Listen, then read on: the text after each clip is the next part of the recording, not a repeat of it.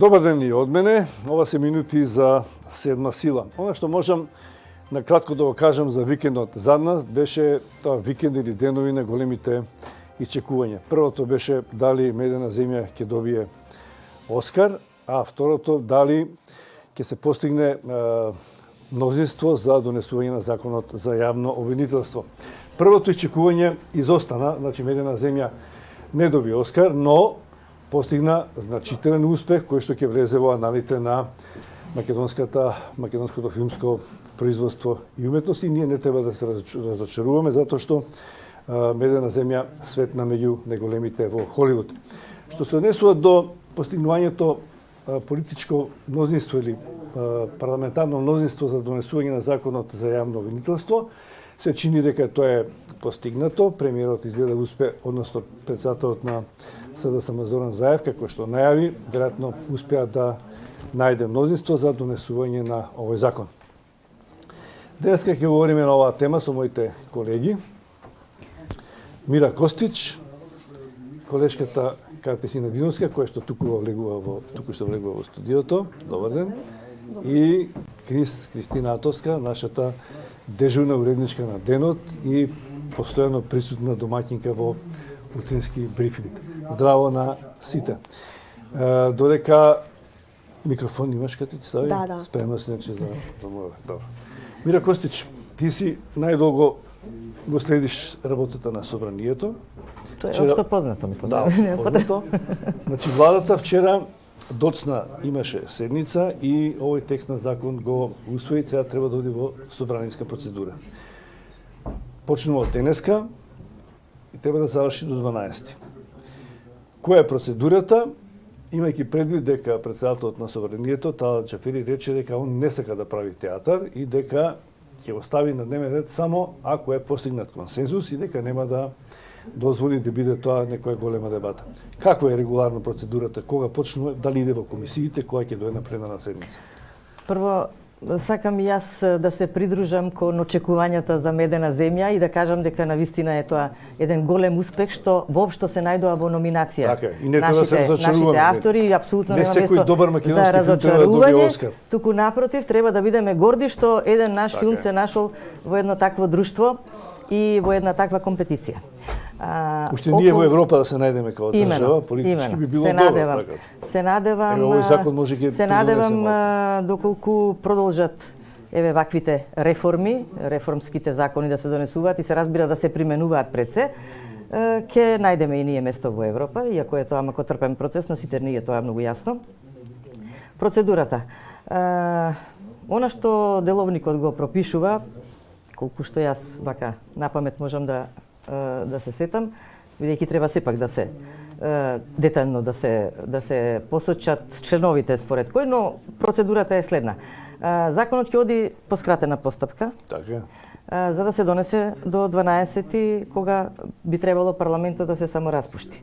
Скратената постапка подразбира дека кога претениците ќе гласаат за дневниот ред, ќе се усвои како точка од дневниот ред, веднаш потоа спикерот Талат Џафери ги задолжува надлежните комисии, при тоа мислам на законодавно-правната, и сега прашање е дали ќе биде во политички систем или ќе оди во Комисија за европски прашања,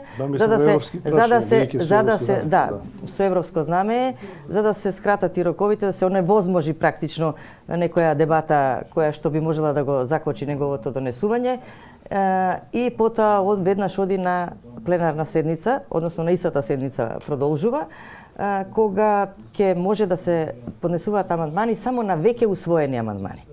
А во комисиите се може да се поднесуваат амандмани, иако мислам ако е се договорено, ако е усогласено и обезбедено мнозинство, а верувам дека владата не би го пуштила во собраниска процедура доколку нема обезбедено мнозинство. Добро, може ли ВМРО да поднесе во оваа фаза многу голем број амандмани? Може, може. Но рокот е 3 дена и мора да заврши, без разлика. Може да има 1000 амандмани до 12. И 10.000 амандмани да поднесат, рокот е 3 дена расправа во комисија, со тоа што може би доцна вечер може да се очекува и седница. доста попладне, за да се запази рокот од 3 дена. Во среда, на 12, така. Не, вечерва. Денеска. Да, денеска за да се на комисијата. комисијата. За да се стави точката на на пленарната седница, така. Да. Така што може све да се поднесе, може да се бомбардира практично законот, но амандмани само на веќе усвоени амандмани може да се усвојат на пленарната седница кога ќе се гласа за законот за јавно обвинителство, бидејќи се скратуваат сите рокови. Затоа е и поскратена постапка, така што доколку има 80 гласа, нема никаков проблем. Јас и на предходната дебата кога имавме, реков дека ако има политички договор, нема никаков проблем да се донесе законот пред распуштањето на парламентот. Има, не уверија дека има, веројатно. Па ја претпоставувам дека владата не би направила таков излет да го усвои на владина седница и да го пушти во собраниска процедура, а да нема претходно обезбедено мнозинство. И другото и независните пратеници на ВМРО ДПМН веќе потврдија. Тие потврдија добро, ма потврдија дека да. Така што мислам дека они има некои забелешки, тие се како што тврдат. Не, готово додека не биде готово, така додека не видиме. Имено, така е. Апсолутно. А може и некој од ВМРО да се премисли и да гласа. Не е исклучено. Не, тоа е добро да не се премисли некој да не гласа. Тоа е прашањето. Тоа е поголемата дилема. Да, добро. Не очекувам јас такви изненадувања. Таков одважен некој може да има. Не ми се верува. Може да има, може да има. Нешто знание или Па, според некои индици. Еве да речеме како прислушуваните разговори што се индиција, само и јас имам некои индици. Но не кажуваш да објавиме везно. Кога миреме индици, тоа е секогаш сериозно, така да треба со должна сериозност да ги земеме. Сепак не. Добро, кога говориме за индици, значи еден дел од законот. Не, сакам законот. да расправам воопшто. Кате овие 8 независни пратеници од ВМРО ДПМН се изборија бомбите да бидат само индиција, да не бидат аргумент во судскиот процес. Мене ме интересира твојот став политички, што значи ако овој закон се донеси и овој консензус што го обезбеди од 80 пратеници, што тоа ќе значи и домашно и меѓународно.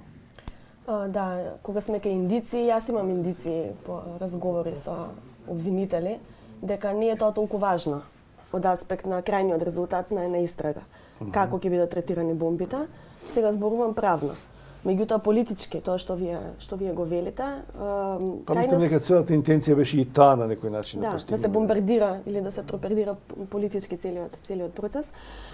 Мислам дека кај нас клучниот проблем не е во ниту еден закон, па вклучително и во овој, не е неговата суштина, начинот на носење, дали е побрза постапка или не се дури ни бројот на амандмани кои што се поднесуваат, клучна е имплементацијата. И не секогаш затајуваме тука. Значи мене не ме загрижува толку како ќе биде скроен овој закон, затоа што законот сепак може да трпи измени понатаму, може да се подобрува доколку ова не е најдоброто решение, иако има препораки веќе и од Европската комисија дека се работи за добар текст и добра основа. Меѓутоа, она што мене ме загрижува е како тој ќе биде имплементиран. Зошто те загрижува? Па затоа што, како да ви кажам, гледаме дека некаде тој го пишува неодамна во една анализа. Не е прашање на извршната власт овој пат, значи имплементацијата не зависи од власта, зависи од апсолутно, значи зборуваме за тоа како се столбовите на сите тие инстанции кои што треба да помине како филтери на крај да се имплементира. Прилично беше од самиот почеток, како да речам, шашаво, ама не функционираше, поставена целата оваа ситуација во која оние кои што се обвинети, оние кои што се дел од истраги треба да одлучуваат каков тоа закон треба да биде искроен за нив да им одлучува судбината. Значи тоа е малку наивна една позиција и мене ми изненадува изненаденоста и на меѓународниот фактор и на нашите домашни политички елити како тоа криминалците не икат во затвор. Мислам тоа е навистина малку една шизофрена ситуација и тоа беше од самиот старт. Презумпцијата на невиност им го дозволуваше тоа. Се разбира, меѓутоа за да има некаков интегритет целиот процес, минимум што ќе беше потребно ќе беше тие за кои што директно има истраги да се тргнат од процесот настрана и да остават на некој што малку почист образ, да речем, да учествуваат во процесот. Кога веќе се скомпрометира, здраворазумски е да најздраворазумски. Сега, од една страна кога веќе се скомпрометира на тој начин процесот, има две прашања за тоа дали власта може би била премногу наивна, па очекувала поголема конструктивност, што за мене исто така необјасниво, знаејќи ја поставеноста на опозицијата визави реформите во судството и слично.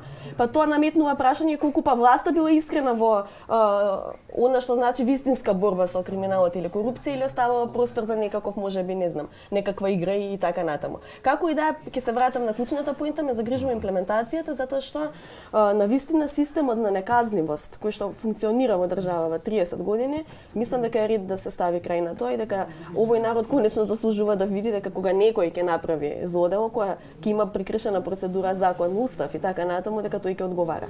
Значи, тоа ветување е нешто што на кое што мора да се почива. Тоа е значи дел кој што престои во реформите на правосудството, бидејќи не може се извршната власт да насила да направи да функционира, но тоа беше причина зашто и не се реши овие случаи од СЈО. Христина, која е главната придобивка имплементирана, односно внесена во текстот на овој закон? Имаше компромисни решенија, кои што претходно не постоева. Па дали е придобивка, допрва треба да видиме. Јас би се задржала на компромисни решенија. Мислам дека компромисното решение е тоа што остана овие случаи од СЈО да останат да се третираат во обвинителствата. Мислам дека тоа е да се прераспределат во пониските обвинителства, тоа се барањата што на значи дека на некој начин амнестија нема. Да, меѓутоа исто така тука е случајот Талир, во којот паѓаат прислушуваните материјали, бидејќи според независните на ВМРО, независните пратеници е поднесен подзаконскиот рок. Знаеме дека тој случај токму за седиштето за финансирање на ВМРО ДПМН, за финансирање на партијата, што и тука пак отвара некој сомнеш за она што го зборува моите колешки претходно, дека некој се обидува да избегне од правдата, од друга страна е очигледно и очекувано дека криминалците секогаш ќе сакаат да избегаат од правдата. Овие барања кои ги вметна во решението, барања на независните пратеници на ВМРО ДПМН, па можам да кажам дека дел од нив, според моето мислење, може би му идат во прилог на ВМРО ДПМН. Па тие се изборија фактички за голем дел од забелешките на ВМРО ДПМН. Да покажат конструктивност, да ги повикаат своите доскорешни сопартијци да го поддржат законот. Јас не очекувам тоа да се случи, меѓутоа како и да е, изутрина вас се обидовме, но не успеавме да добиеме било кој, меѓутоа Емилија Александрова ни најави дека утре ќе дојде во ова студио, па ќе знаеме од прва рака што се барале и какви се компромиси правеле независната пратеничка група на ВМРО ДПМН за да даде согласност да помине овој закон, кој инаку сите знаеме дека е многу важен и за интеграцијата и токму поради тоа е и цела ова брзанка да се донесе пред да се распушти собранието. Мира, не е ништо чудно да се прават компромиси, преговарање и договарање во парламентарна демократија и до сега во собранието имало такви договарања. Не знам зошто би гледале на како тип на пазарење со овие 8 независни, бидејќи идејата на Заев беше тоа да го постигне со ВМРО ДПМН. И со ВМРО ДПМН имаше работни групи кои што се пазарени и се договара. Значи, битно беше да се постигне некаков компромис околу текстот. Текстот е повторно сменет, прифатени се забелешките на овие 8 и не гледам зошто би било тоа нешто посебна загуба. Како ти гледаш на тоа, на тој чин на компромисни? Јас ќе се надоврзам на ова што Кате го зачна, дека исчашеноста тргнува од Пржинскиот договор. Пржинскиот договор 1, Пржинскиот договор 2. Значи, некој што е директно осомничен, а еве сега е веќе и со една пресуда и во бегство, бившиот премиер Никола Груевски, го стави својот подпис буквално на нешто што можеше да значи негова политичка елиминација. А се виде дека има и елементи за правна елиминација од политичката сцена, се разбира, не поинаку. Така што ја не очекувам некој што е осуден на смрт да си ја стави јамката само околу вратот и да се обеси. Мислам, тоа е илузорно, но очигледно тогаш немаше избор, а можеби и по добрата стара практика превлада ставот дека и ова и Пржинскиот договор ќе биде Палома Марамче како што беше за 24 декември 2012,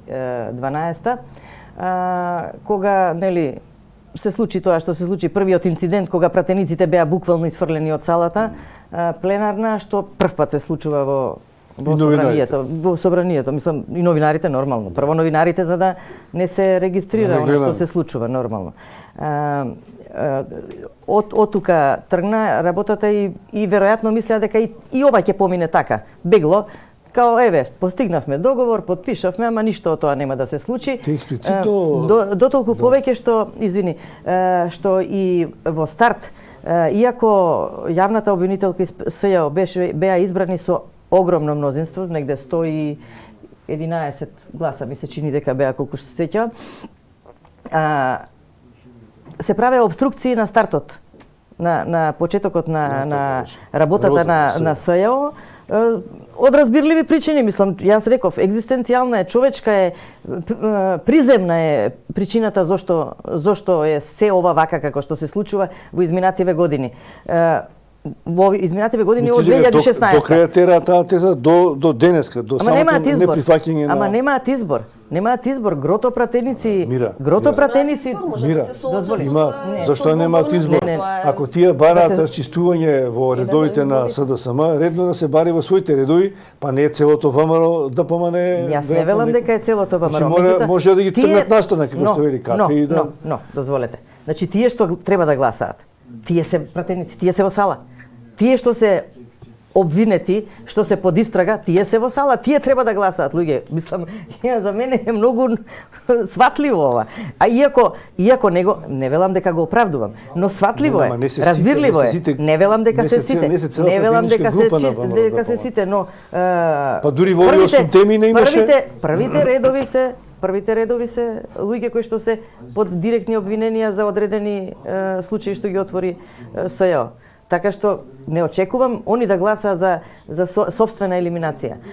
Друго ќе беше доколку партијата се престроеше, доколку се реновираше, па си ги повлече тие пратеници да ги натера да поднесат оставка, нели, како во војска доброволно по нареđењу, да се повлечат, нели?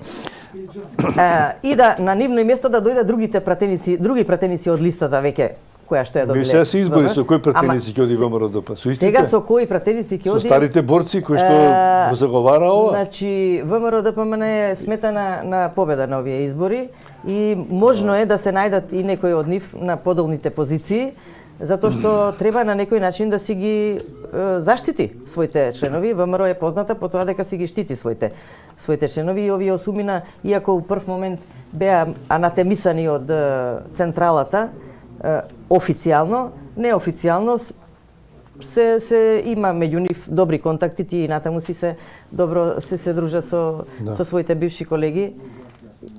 И нормално, тука се пријателски врски, тука се политички врски и така натаму. Многу добро, нели? Кате, сепак овие 8 независни пратеници, нивната база беше ВМРО ДПМН. Тие се чини и во оваа пригода не ги напуштија позициите и генерално што можеби ВМРО ДПМН ги имаше, но успеава да избоксуваат нешто што се однесува во интереси на целата партија, без разлика како тие ќе бидат третирани или што вели Мира имаат контакти.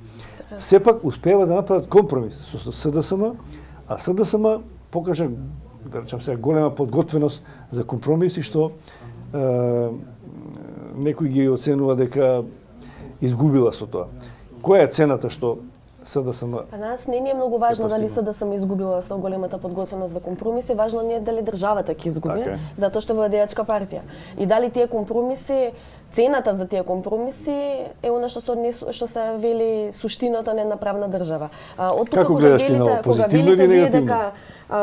Кога велите вие дека има во сите парламенти, не само во нашиот парламент, дека ние сме сведочеле на вакви преговарања и договарања за закони, на секаде во светот е така, во секоја една парламентарна демократија, па уште не знам ако сакате тргнете во американскиот сенат, мислам, Линколн одеше од врата на врата за да убедува за амандмани. Мислам, нормално е тоа, да се убедуваат пратеници, да се разговара со противничкиот табор, да им се објаснува големата слика, да се очекува. Нема ништо чудно, тоа е суштината, тоа е убавината, ако сакате, на и добро што е во парламентот, што не е негде дека што велиме пржински договор негде надвор од институциите на системот. Која е цената за тие компромиси? Тоа е она што е важно. Дали таа цена е во рамките на она што значи основа и што значи столб на правото и на правната држава кога зборуваме за овој конкретен Дали? закон или излегува. Треба да видиме имплементација. Затоа реков на почетокот. Многу е важно како овој закон ќе се развива на дело. Значи нас реално дали во законот одредена буква е таму каде што ни се допаѓала или не или заприката на вистинското место не значи многу од тоа како тој ќе биде применет. Затоа што и постоечките законски рамки во однос на гонење на криминал и корупција, постоечките Ние си имавме закон, што не беше имавме толку лош. супер закони, дури и пред СЈО ние имавме супер Да, да. закони. Ние сме имале секогаш обвинителство, сме имале организиран криминал, сме имале финансиска полиција, сме имале државна агенција за спречување на корупција и така натаму. Значи сите тела се тука. Како тие функционираат? Тоа е целото прашање. Освен имплементацијата, морам да кажам дека мене ме загрижува и содржината на она што е внесено во самиот текст. Мислам дека ние сме навистина многу слаби, сосема во право колешката во имплементација, но има еве ќе ги наречам па има ли дупки во законот за дали и каде ќе стои таа една запирка во суштина може да биде многу важно затоа што кога некој ќе излезе пред органите на прогонот, токму поради таа запирка после се брани, се осудува или се ослободува од вина и се користи како аргумент реален. Така на пример ВМРО ДПМН си го озакони криминалот, си го озаконуваше етапно во собранието. Така што сепак мислам дека треба да обрнеме внимание и на самиот текст на оно што се стои. Да разбирам, меѓутоа знаете, ако ви имате случаи каде што еклатантни примери на прекршување на закон, каде што постоечки законски решенија апсолутно ги опфаќале, а не сме дочекале разрешница, тогаш мислам дека многу е како да речам, за очекување дека полесно би се изиграле и добри и лоши законски решенија. Кате, да не зборам што извини, нема добар закон ако е неприменлив. Така е, така е. Значи тоа Толку е. Законот најубаво да ви е напишан, ако е неприменлив, не е добар закон. Ама и сите забелешки од Европска унија се однесуваат на таа линија дека легислативата е горе-долу. Таа имплементација и политичка волја за имплементација е тоа што недостасува. Чекайте се, ние сме пред избори, сите очекуваат победа. Дали имплементацијата нормално. Така, дали имплементацијата зависи од тоа кој ќе однесе победата, од политичката волја на победникот или генерално мислите дека во Македонија без разлика кој е на власт има слаба имплементација на законите и особено дека реформите во правосудниот систем не се направени и дека доправа следат, бидејќи тоа го бара Европската заедница, свесна е дека тоа е најслабиот камен на патот на Македонија кон неја. Па јас правев интервју со европската комесарка тогаш за правда, сега има друг ресор, Вера Јурова, која што дојде во Скопје и првата порака што беше дека не сме да има никаков вид на амнестија и дека очекува добро законско решение поддржано од сите партии. Не дава после тоа, ВМРО ДПМН излезе, значи после оваа порака на Јурова излезе со став дека законот не е добар, дека се бараат начини како да се амнестира хунтата на Заев и така натаму. Значи ние не умееме ниту да читаме пораки како што треба или напротив. Добро ги читаат пораките, меѓутоа си ги толкуваат онака како што сакаат. Сакам да речам за прашања кои што се исклучително важни за државата. Мене тоа што најмногу ми пречи е таа недораснатост, таа невидена инфантилност на политичките елити да се обединат за нешто што е од интерес на сите. Значи ние немаме се уште луксус да се занимаваме со идеолошки битки тука. Да се изнесеме државата на прав пат, да се изнесеме државата, се звучам како слоганот нивен, меѓутоа буквално на прав пат кој не умислам, да се изнесеме натака, значи кога ќе стигнеме на таа некоја чистина, потоа можеме да дебатираме ние и за леви, за десни политика, какви даноци ни требаат и не знам каква болница и какво здравство. Тој луксус го немаме за жал заради вакви сплетки и игри. Додека чекаме имплементацијата, сепак мислам дека донесувањето на овој закон е значајно. Дека некои од целите за кои што сите говорите, тоа е некој интерес поголем од партискиот, е постигнат. Амнестијата, мислам дека со овој закон е елиминирана, бидејќи тие случаи од СЈО остануваат да важат и после изборите. Значи, секој обид за измена на законот, ние пелите ќе се носат и нови закони, повторно ќе требат во третинско мнозинство и нема да може без СДСМ кој да дојде на власт. Тоа е важно, значи континуитетот продолжува, амнестијата е елиминирана, дури има членови кои што се однесуваат на изборот на јавен обвинител на обвинителството за организирана криминал и корупција. Барем во текстот последен се вели дека сите обвинители ќе треба да гласаат за него. Тоа е исто така еден широк консензус како да се избере добар јавен обвинител, да не биде директно под политичко влијание. Тоа е одлично решение, бидејќи јас лично сметав дека јавен обвинител на државата Република Северна Македонија, сега звучам од секако овие од власта што стално го потенцираат тоа Северна, треба да се избира на општи избори како претседател на државата. Ма тој не го познаваат, имаше тука една мана. Значи, дали го познаваат или не, ќе има време да го запознаат, ќе води кампања, ќе си ги кажува своите аргументи за и така натаму.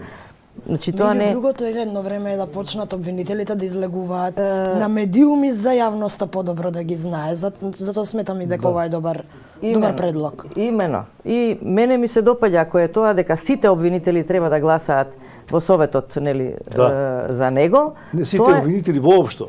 А сите обвинители не само не ги знам деталите од законот. Сите обвинители да гласат, тоа е голем. Токму така, да. Така, тоа е одлично.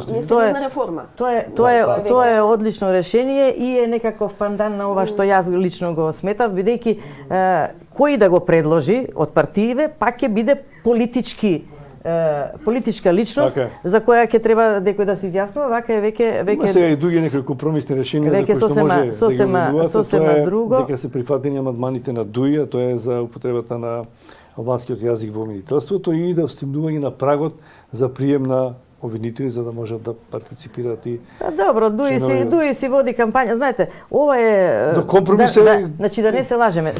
Изборната кампања е одамна почната и тоа неформална изборна кампања и ова е во некоја смисла во насока на таа изборна кампања, но примарно е секако очекуваниот датум за преговори со Европската унија кој што би требало да се случи во март или барем навестување дека кога ќе го добиеме тој датум и затоа е ова добар влог во таа насока. Се разбира за државата и за граѓаните и конечно досегашните власти многу не се занимаваа со одговорности, со разрешување на правните случаи и владењето на правото во државава, бидејќи секој некако се наоѓаше себе во тие обвинети и се гледаше да се заштити.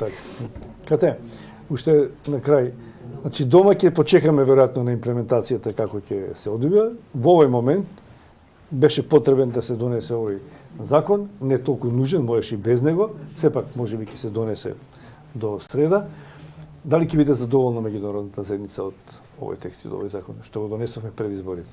Јас мислам дека веќе имаше изјави од амбасадорот Жбогар дека законот е добро основа, дури и Тимоние истото го порача дека нема време. Дури и Тимоние, да. Го потенцирав. Сакам да кажам дека пораките се тие дека ова не е услов. Значи донесувањето на законот не беше услов, меѓутоа значи е сигнал дека ние умееме да испорачаме подготвеност. Како тоа ќе се имплементира ќе видиме, меѓутоа умееме да испорачаме подготвеност. И она што е најважно, одзема аргументи. Значи уште еден аргумент минус во рацете на оние кои што имаат причини зошто би рекле повторно не за интеграцијата. Кристина, со тоа ќе завршам последно прашање. Вели кате успеавме да постигнеме, но една партија сепак не влезе во системот и не покажа подготвеност и пред меѓународната заедница дека е спремна за компромиси. Како тоа на нејзи ќе се одржи? Дали е битно тоа или не? На повторно применување на техничка влада покажа и докажа дека таа партија не е подготвена за демократска држава, за владење на правото, дури не покажа, можам да кажам, ниту волја. Но тој за нејзе дали е добро? Апсолутно не. Еве, можеме да забележиме, меѓународниот фактор не видов некој да ги пофали постапките на ВМРО-ДПМН. А сепак ќе треба да комуницираат. Напротив, токму на нив се однесуваат апелите за гласање на јазикот и за ред други работи што ни беа нужни. Меѓутоа, и ова дали е услов или не, има правни критериуми за влез во Европска унија, така што дури да не го наречеме ова формален услов, пак реформите во судството ќе излезат дека се услов ако смета Европска унија дека ние не сме ги исполниле тие правни критериуми. Предпоставам овој закон е дел од исполнувањето на тие критериуми. Значи, ние да очекуваме до среда да има мнозинство, ќе чекаме имплементацијата на КАТЕ подоцна, а ви утре веројатно ќе обработите во брифинг оваа тема да видиме. Ќе го слушнеме ставот на независните претеници на. Благодарам што бевте гости во Извини. Да. Денеска треба Советот, Националниот совет за евроинтеграција да ја разгледа условите новите услови што Франција ги испорача, методологијата, така што може би и тамо нешто ново ќе се случи. Благодарам што бевте гости во Седма сила. Почитувани гледачи, тоа беше последната содржина во денешниот културски брифинг. Довидување и пријатно.